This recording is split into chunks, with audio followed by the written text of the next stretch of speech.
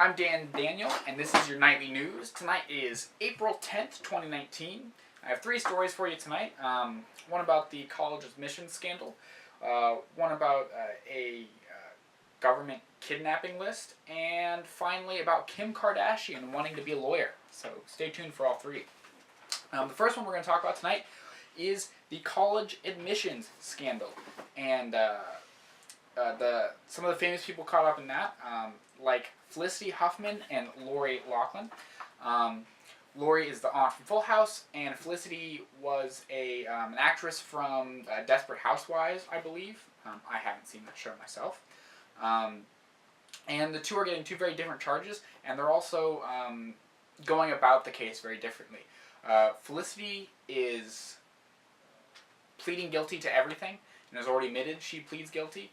And she's apologizing to her daughter, who she says has not had any information. She didn't know about any of this bribery.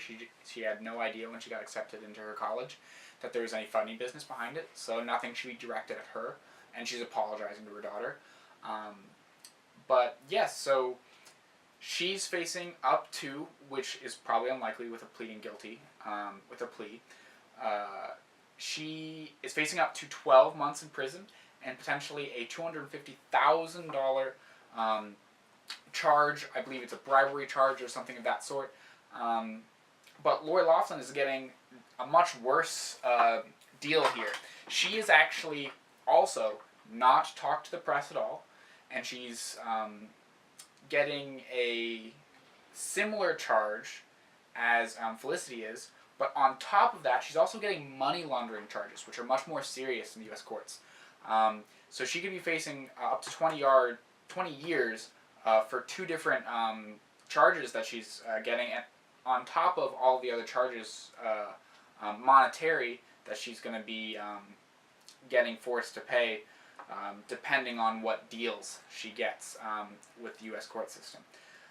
So what do you think about this? Do you think that they're nice people in general, and they've contributed a lot to public TV and all this other things? Do you think that they should have a lighter sentence, or do you think they should just get treated like everyone else? Or do you think everyone else would get this similar treatment that they are, because it's such a huge scandal? So let me know what you guys think in the comments, and how you think that should go. In a lighter topic, kidnapping. The U.S. Government has released a new list, or an updated list, about what countries are most dangerous for being kidnapped in.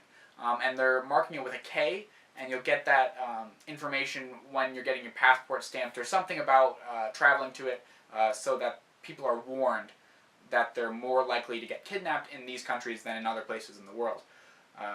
And that's really scary, obviously. Obviously, we would all like to go Liam Neeson on some Somali pirate's ass to save one of our friends, but in reality, that's not going to happen, and if we tried anything like that, we would probably get killed or captured ourselves, and it would not really help anything. So, do you think that the U.S. government is behind the ball on this one? Do you think that they are just really late in updating this list, or do you think the world is rapidly becoming more dangerous for American citizens across the world? In other countries where you're likely to get a bribery paid, or a charge paid, if you are kidnapped to preserve your life, which is, again, very scary. But finally, in the lightest news I have for you tonight, is Kim Kardashian wanting to be a lawyer. She wants to take the bar exam in 2022. Because California is one of a handful of states that allow you to take a alternate bar exam if you have not attended law school, which is interesting. I had never heard about this before.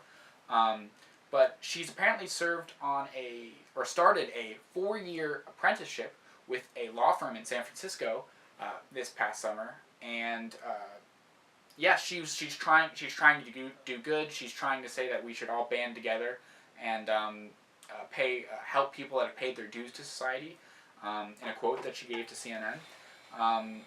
And she's also played a vital role in releasing a 63-year-old woman that's already served 21 years of a life sentence she got for a nonviolent drug charge, which is awesome. No one should be in prison that long for a nonviolent drug charge. I don't know particularly about the case, but the way it was framed, it seemed pretty rough. And Kim Kardashian played a role in releasing this woman. She's also part of a bipartisan effort for criminal justice reform, which is great. And I want your guys' opinion on this. You can leave a comment down below, or you can tell me in person, because a lot of you know me in person. But do you think that that's really good? Do you think that she's just trying to get attention? I want to give her the benefit of the doubt. I want to say that she's just trying to do something good. But I would love to hear your thoughts on that. And that was your 3 articles for tonight. And this was your Nightly News with Daniel. Damn Daniel. Paulo Kinsella is going to be giving us a brief summary of what a bomb cyclone is from last night. Alright, so as you guys know, Daniel last night brought up the bomb cyclone that's going to be affecting most of the central U.S. And he also said he had no idea what it was, so I thought we could maybe explain that for you. So a bomb cyclone is mostly a word made up by the media because it sounds really cool, but it's just bombogenesis is the real word for it. And it's when a low pressure system's central pressure drops 24 millibars or more in 24 hours. And in this case, it's leading to blizzard conditions in Minnesota, the Dakotas, and Nebraska, and probably some storms here tomorrow. But it's also very common anytime you hear of a nor'easter, that's most likely a large low pressure system that possibly underwent bombogenesis. So it's not all that uncommon, but the media loves to make it into a big deal because it gets clicks. So